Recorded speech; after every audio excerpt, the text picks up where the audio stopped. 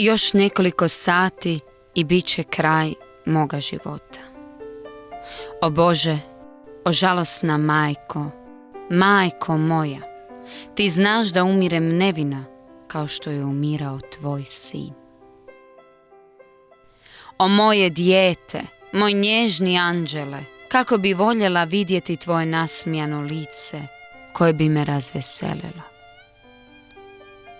O moje dijete, moj nježni bijeli cvijete, nikad neću vidjeti tvoje bijele ručice, nikad mi nećeš uzvratiti nježni zagrljaj, nikada te neću moći stisnuti na svoje srce, premda si tako blizu. Nikada, moje dijete. Tamo, negdje u zagrljaju šume, naš će biti dom. Krasit će ga proljetno cvijeće. Moja usta nikad ti neće pjevati uspavanku. Tvoja postelja bit ću ja, premda hladna i tako tvrda. Grane iznad nas pjevat će ti uspavanku, a ti samo mirno spavaj, dijete moje. Blizu si moga srca koje te mnogo voli. Nažalost, premda te ljubim, od smrti koja nas čeka ne mogu te spasiti. Samo mirno spavaj. Ne možeš slutiti što te čeka. Sa mnom ćeš umirati, kao i ja u mislima s tobom. I tada će biti kraj stradanja i muke, naše borbe.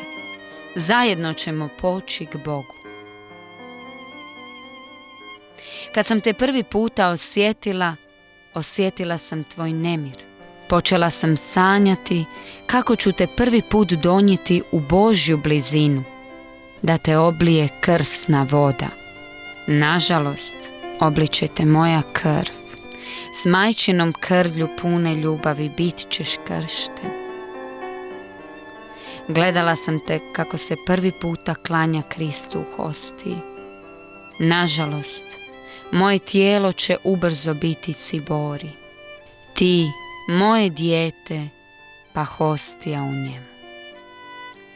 Iz mog ciborija uzet će te ruka puna ljubavi, položit ću te u svoje božansko srce.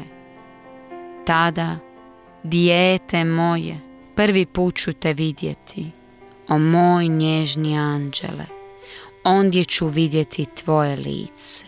Tamo ćeš prvi puta vidjeti svoju majku i prvi put izgovorit ćeš: o mama.